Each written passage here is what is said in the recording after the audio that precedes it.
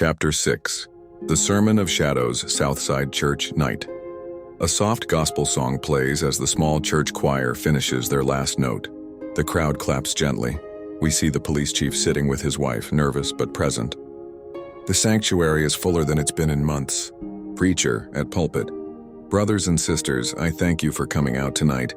We haven't been able to gather because of the violence outside these walls. But something heavenly is shifting. For some reason tonight we can meet in peace. A murmur of agreement flows through the pews. Preacher. Now before we go deeper into the word, we have a testimony. Mrs. Thomas, would you and your grandson bless us tonight? Mrs. Thomas, a proud elderly woman, stands up and nudges her teenage grandson. He's bruised, stitched up. He clears his throat nervously. Derek, to the crowd.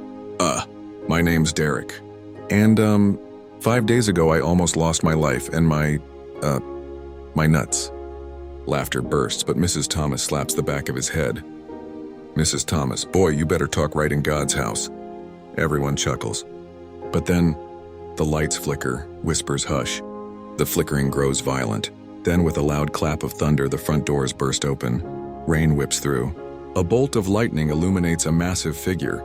Luther standing motionless in the entrance. Behind him, his followers, hooded and glowing with eerie white eyes.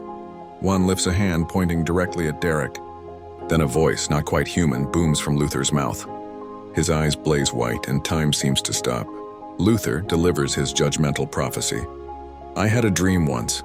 A dream that my children would rise, not fall. That they would walk as kings, not crawl like shadows through alleyways, spilling blood where legacy once stood. But now I awaken, and that dream has rotted into a nightmare. You were handed keys I never touched. Doors I bled for now swing wide open, yet you choose to burn the house down from the inside. You wear chains, not from slavery, but from pride, greed, and ego. You kill not from oppression, but from anger too wild to name and too cowardly to tame.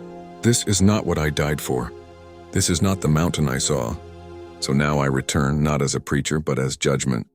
Not to dream, but to wake you from yours. If you have become deaf to peace, then hear the thunder of justice. If your eyes are blind to brotherhood, then see through the mask of your fear. I am not here to speak of dreams. I am here because you turned them into dust. The time is no longer now, the time is up. Another blast of lightning, the doors slam shut behind him. Total silence.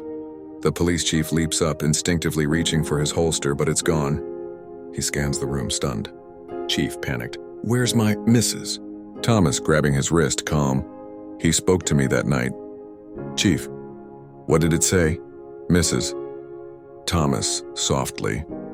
His name is Luther, and he's here for the cries and pain we feel.